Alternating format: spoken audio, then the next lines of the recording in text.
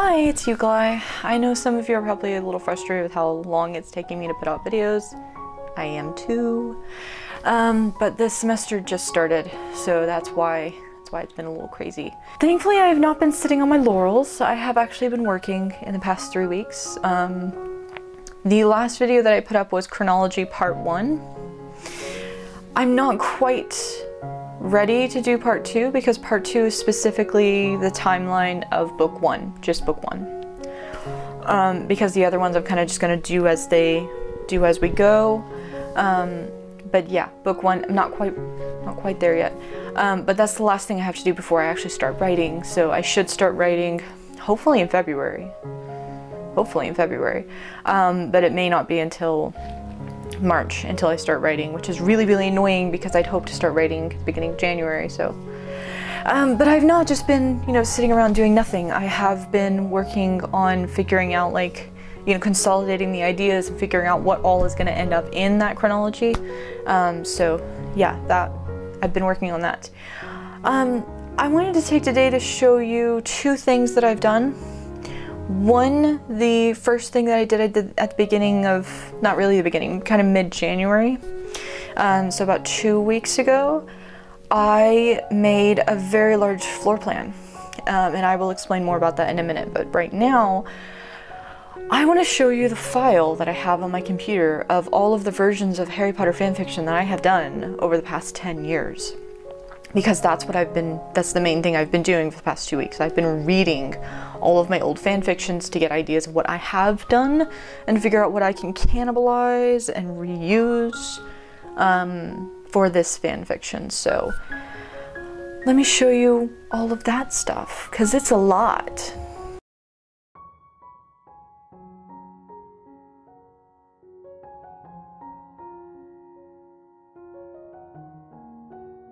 So this is my Harry Potter fanfiction file. As you can see, I've got 3 folders in here, and it's for the majorly three different versions of the story that I've rewritten so far. So I've been looking at all of them, which is why they're modified. Let's start with the Slytherin version though first. So this is one version that I went through that I tried out. As you can see, I went through several different renditions of it. I got a PDF copy of the first book, so I could use that as reference. I had Excel documents, multiple. I had, you can see here a preview of this document that I'd figured out, sort of the curriculum and how everything was going to work out for, the schedule for the school for all 7 years. I've got multiple of these kind of forms where I've done things like a family history, different version I went further, This is kind of par for the course for me. I typically do this. This is pretty normal. Where I have multiple versions and I save over them whenever I do something like a major change. So this is the last one that I did that was in the past. As you can see, it's 1865. I mentioned that I'd done this before, that I'd put it in the 19th century, so this is the last time that I put it in the 19th century. As you can see, it got quite long and went quite far, and even further. This one went even further, so you can see these file sizes to give you an idea. This one's a bit bigger because it has pictures in it. But you can see how big these files ended up getting eventually. This one went quite far. I think this was before I dropped it back in time for this particular rendition. And then the 2000 version. This one was a very complicated rewrite. I'd done some stuff with the possibility of James having a godfather, and James's godfather taking Harry in, and him growing up in Italy. It's a little complicated, but yeah, I had lots of stuff. This one I had this prologue that I'd made, which was the night that the Potters died. I'd rewritten it with some astral projection stuff going on, and James having a, you know, conversation with his dad before he died, his dead father before he died, and then the actual attack, and the arrival at Godric's Hollow.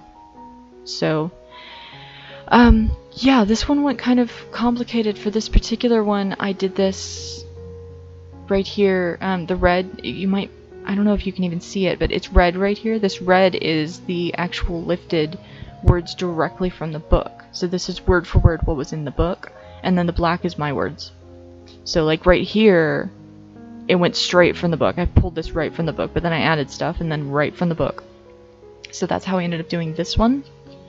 And this was the full prologue. And then there's this. I think this ended up being book 4. Yeah, I think this was book 4. Me going through book 4. And, I mean, you can see how big these files, I mean, they went long. I didn't just do, like, a 2-page rewrite and then give up kind of situation. I mean, I did a lot of work on these. This is a calendar, for God's sake, where I went through and calendar dated everything. Family tree, I've got, here's the Chamber of Secrets. This is complete. These are the complete. So these, I completely rewrote these books. This was book, I think this was book 1, book 2, no, book 1, book 2, book 3, I think? Yeah, book 3, book 4, and book 5. So I rewrote 5 books completely in this version. And this one was 2015, 2016, so 5 years ago I did these rewrites. And then there's also, I had weddings in this one, so I have a whole file on weddings. Trials, this is the older stuff. So this is the older stuff that I did. These are all quite large as well. You can see these file sizes. These are massive. This is the biggest one, and it's incredibly long. It's huge. I mean, it just keeps going. I get to the bottom and it's still loading the rest of it because it was so big. So, yeah. This was book 4. This was a rewrite of book 4. Because it has the duel with Voldemort and Cedric Diggory. So yeah, I've done a ton of work on these before, and as you can see, I've done almost complete rewrites of the series in the past. This is the most recent one. As you can see, I didn't get very far. I tried it out, and then school started, and I got distracted and couldn't keep going. So, I've got this one as well. This was a recent one where I tried to do like the houses and some other stuff like that. So as you can see, that's a lot. I've been very productive over the past 10 years doing lots and lots of Harry Potter fanfictions, and yeah, so now what I want to show you is the floor plan that I made. I already have a Hogwarts floor plan somewhere. I do have it. I don't know where it is, but I do have it. So I've already got that figured out. I'm gonna look for it in a minute. But right now I have a floor plan that I made for the Potter Manor. So this floor plan is the Potter Manor. Now the reason why I made a floor plan for Potter Manor now and didn't wait until much later is because I've been playing around with the idea that after Harry finds out he's a wizard, he leaves the Dursley house immediately. In the original books, there's a 1-month gap. They don't show this in the films, but there's a 1-month gap between the Harry, you're a wizard scene and the beginning of school. And in the books, it's literally just like 2 paragraphs of the narrator saying that the Dursleys ignored Harry for a month. I'd rather not do that. I'd actually rather have something happening in that month, and I would like for that month to be Remus Lupin, who, as I said before, is in book 1, introduces Harry back into the Wizarding world very slowly through like a gradual introduction, taking him to Diagon Alley, and taking him to Potter Manor instead of Hagrid. I love Hagrid, don't get me wrong, I really love Hagrid as a character, and I feel really bad about cheapening the interaction and kind of removing him from that interaction, but I feel like if we're bringing Lupin in book 1, that's Lupin's place. That's Remus's place to tell Harry that he's a wizard and bring him into the world. So yeah, so it became a matter of like, okay, well, I guess they'll go stay at Remus's house or something.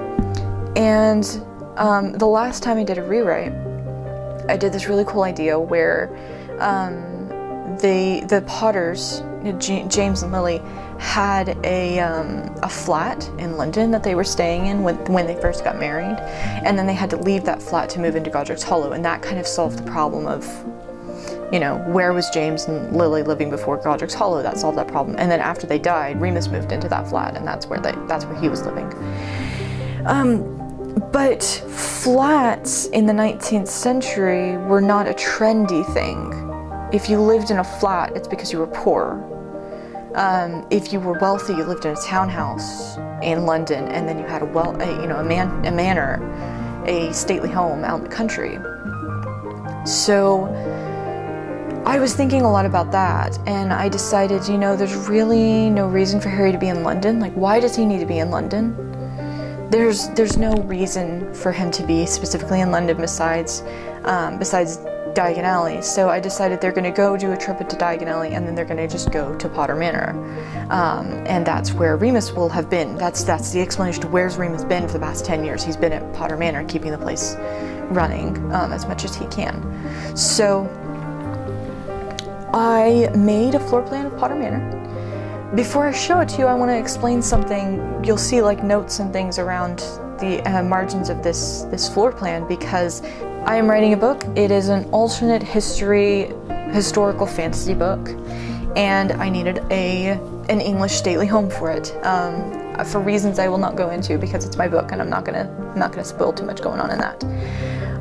But yeah, I needed a manor for it. I did a ton of research into what goes into stately homes, and I made a manor, and then after I made it, I was like, well, I should just use this for Potter Manor. So that's exactly what I'm doing. I'm just going to use it for Potter Manor. So that is what's going on here. So I'm going to show you that all of the little notes and things, you're going to see like a little page that says like year 7, 8. No, just ignore that stuff. That's for my book. That's not for Harry Potter.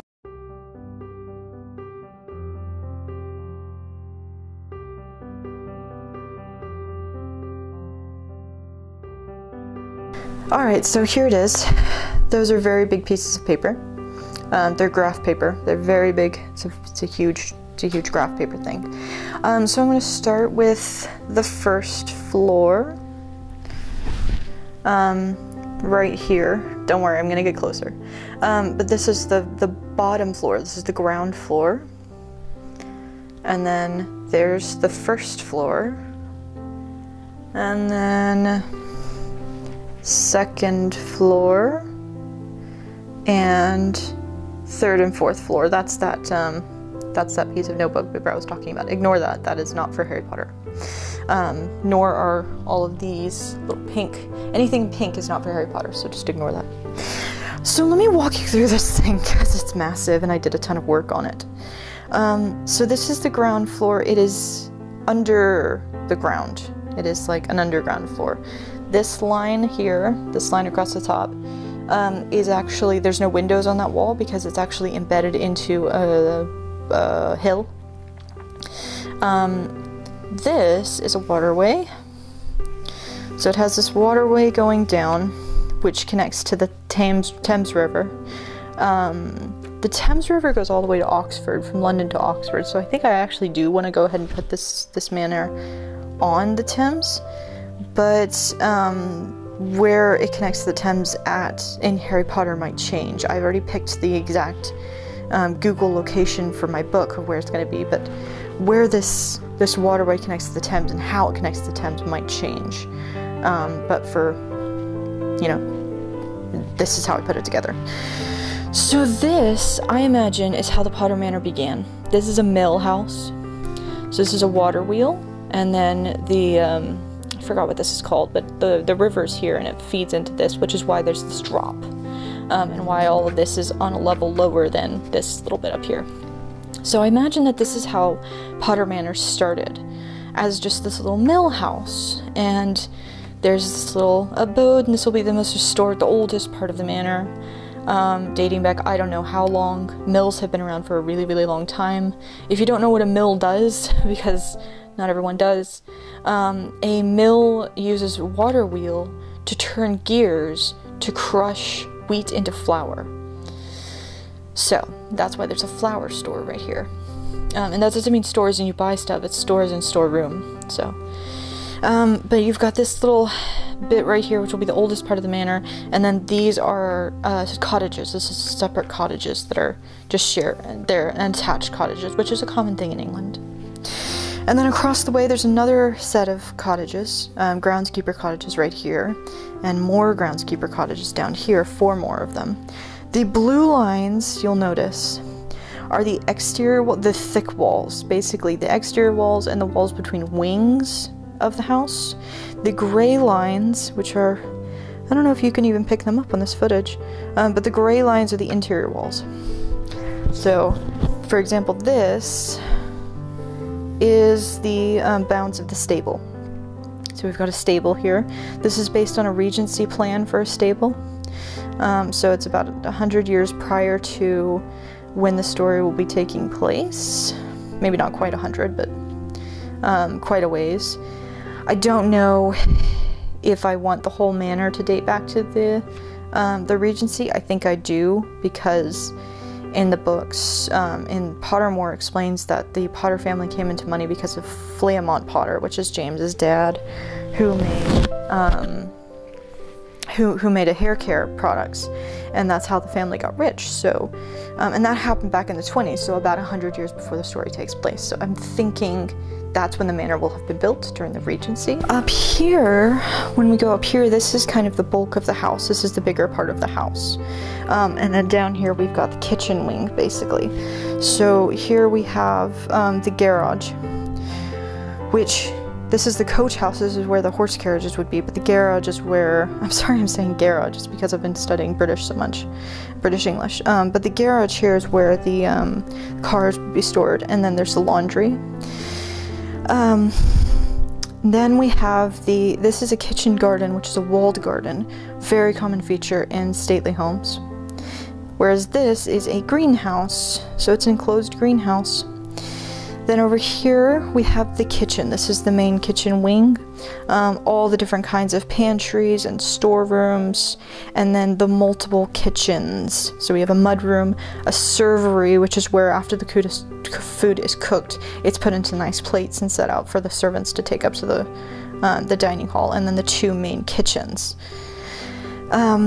Then we have the fuel house. Fuel houses are where you store all of the things like coal and fuel, and the engine room, boiler, log room, all of that stuff. All of your raw materials go in a fuel house.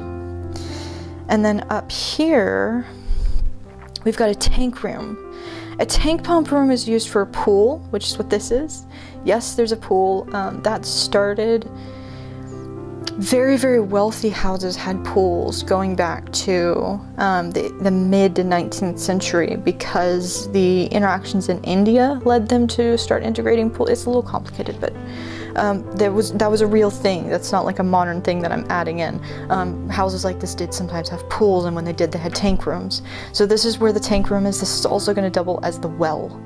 So they're going to have a well here to draw up fresh water for the house to make them more independent, because that was a thing with stately homes. And then we've got a double helix staircase. I'll put a picture up of what kind of inspired this staircase, but this is a spiral staircase that goes to 2 different stairs intertwined together like DNA strands, which is why it's called double helix. The first one dates back to Italy. There's a really, really famous one in France that was believed to have been built by Leonardo da Vinci, so they date back really, really far. It's a classical feature.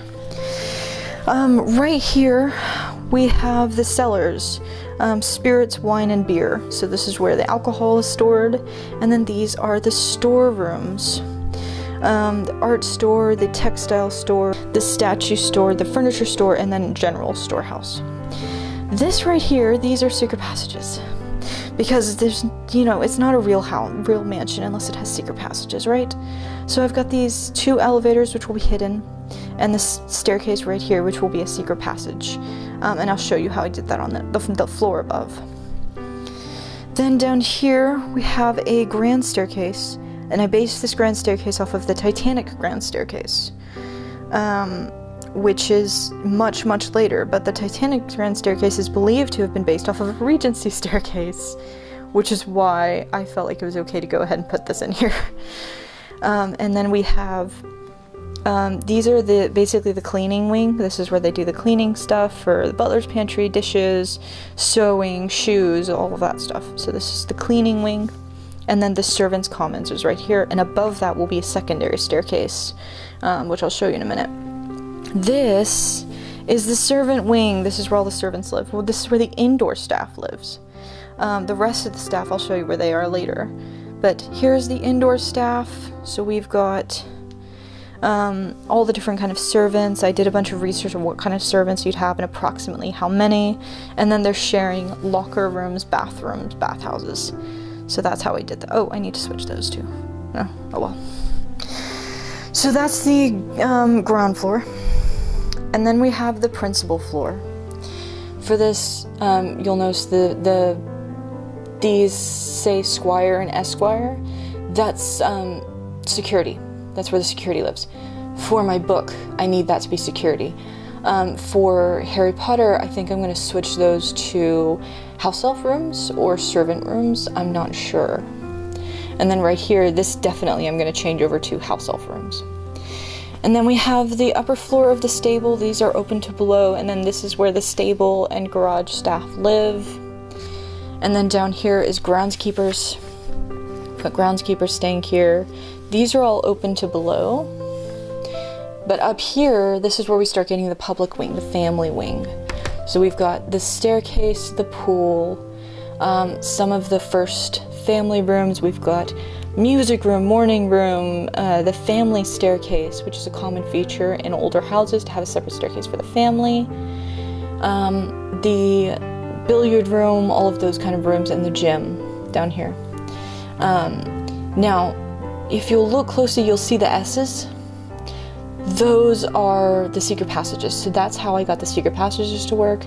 If you are making a mansion, I highly, highly recommend that you figure out your secret passages from the very beginning, because that is really important. They are a bitch to get in there and figure out where they go. So figure that stuff out early. And then we have our entry hall and statue gallery. And then here is the ballroom. Dining hall, ballroom with elevators. So the ballroom has to be there for my school. You'll see the to school thing there. It's for my book. I wanted the ballroom there in the Potter Manor because it fits the time period. The Victorians, the 19th century was, you know, ball central. They were obsessed with having balls. So there has to be a ballroom, naturally. Alright, second floor. This is the next floor of the mill. We go up here, we've got the processing room. These doors don't lead out into a platform. These doors are just open. They're like barns. If you've ever seen barns, they have doors up top, and then they drop stuff down into the carriages and things like that, the carts and things. That's how that works. A storeroom with a door, same thing, a door letting out to drop down to carts. Mech room, workshop. And that, you'll notice there's a lot of blank space here because that's where those floors end. So down here, the kitchen is one of the floors that go up all the way. And here we have the kitchen staff. This is where the kitchen staff live. So we've got them over the kitchen to make it nice and convenient. Then we've got the gym keeps going up.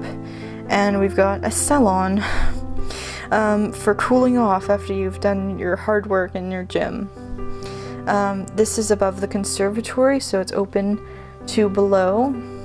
This is above the pool, so it's open to below, more of the double helix stair. And this is the second floor of the family wing. So we've got the family room, we've got the Lord's Valet and Ladies' Valet with a very luxurious little parlor for them, the schoolroom, the day nursery and night nursery, nurse and governess, so this is the children's wing basically. Luncheon room, hall leading into this staircase. Now this staircase here, this staircase was based off of the Titanic Grand Staircase. This staircase is based off of a place called Margam Hall, It's this really beautiful staircase. I saw the staircase for the first time in Da Vinci's Demons. They use that for the Medici staircase, so it's really cool. And then here we have, this is above the statue gallery. We've got those secret passages coming through, including leading into the governor's room, governess's room. Very mysterious. And this balcony over to the balcony over the ballroom. Because, you know, it's not a ballroom unless it's at least 3 stories, right? And then the dining hall is 2 stories tall. And then finally, we have the 3rd and 4th floors. So this is the ballroom leading up, minstrel gallery where the band stays, the family dining room, and shrine / church, whatever that room, religious room. I wanted to include that in my book for reasons that I can't go into, but for Harry Potter I figured that would be where like the Triple Goddess shrine would be and things like that, for paganism, because I'm integrating that. Then we've got this part of the stairs and we go into the library. Of course there's a bookcase secret passage in the library, naturally there has to be. And a spiral staircase leading up to the 2nd floor of the library. And here's the rest of the Margam staircase. And then here, this is where the bedrooms start. So here we've got more of the kitchen staff down here.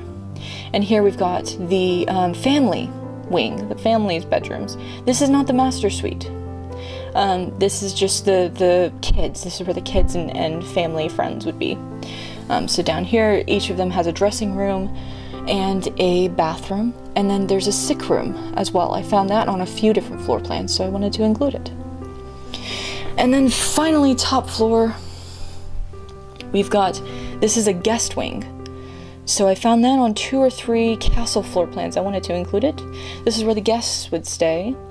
The top of the staircase, top of the library, top of the staircase, and then the master suites.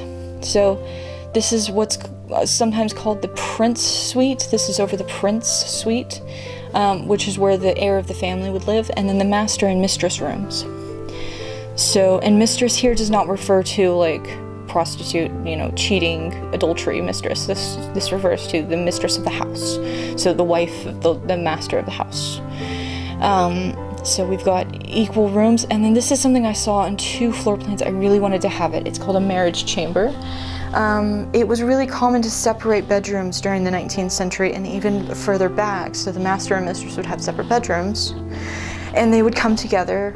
Usually the mistress would go to the master's room to have sex. But a few floor plans I found had a separate room specifically for that. So I wanted to include that because I felt it was more egalitarian to have them both go into a room instead of one of them visiting the other's chambers.